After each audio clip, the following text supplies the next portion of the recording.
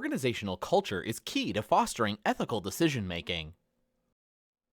The first step in establishing an ethical climate is for managers, especially top managers, to act ethically themselves. Let's take a look at a basic model of ethical decision-making.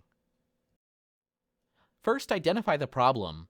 What makes it an ethical problem? Think in terms of rights, obligation, fairness, relationships, and integrity. How would you define the problem if you stood on the other side of the fence? Next, identify the constituents. Who's been hurt?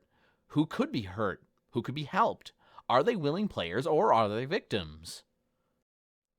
Next, diagnose the situation. How did it happen in the first place? What could have prevented it? Is it going to get worse or better?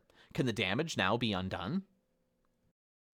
Next, analyze your options. Imagine the range of possibilities. Limit yourself to the 2 or 3 most manageable.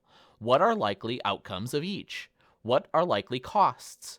Look at the company mission statement and code of ethics for guidance.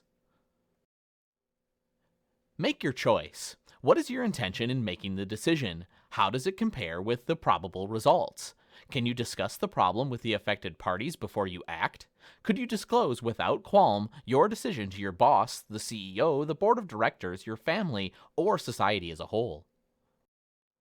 Next, act. Do what you have to do. Don't be afraid to admit errors and be as bold in confronting a problem as you were in causing it. A second step in establishing an ethical climate is for top management to be active in and committed to the company's ethics program.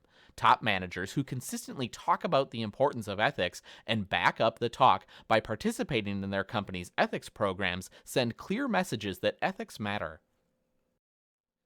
A third step is to put in place a reporting system that encourages managers and employees to report potential ethics violations. Whistleblowing, that is, reporting others' ethics violations, is a difficult step for most people to take. To encourage employees to report ethics violations, that is, to act as whistleblowers, many organizations have installed confidential ethics hotlines. The factor that does the most to discourage whistleblowers from reporting problems is a lack of company action to their complaints. Thus, the final step in developing an ethical climate is for management to fairly and consistently punish those who violate the company's code of ethics.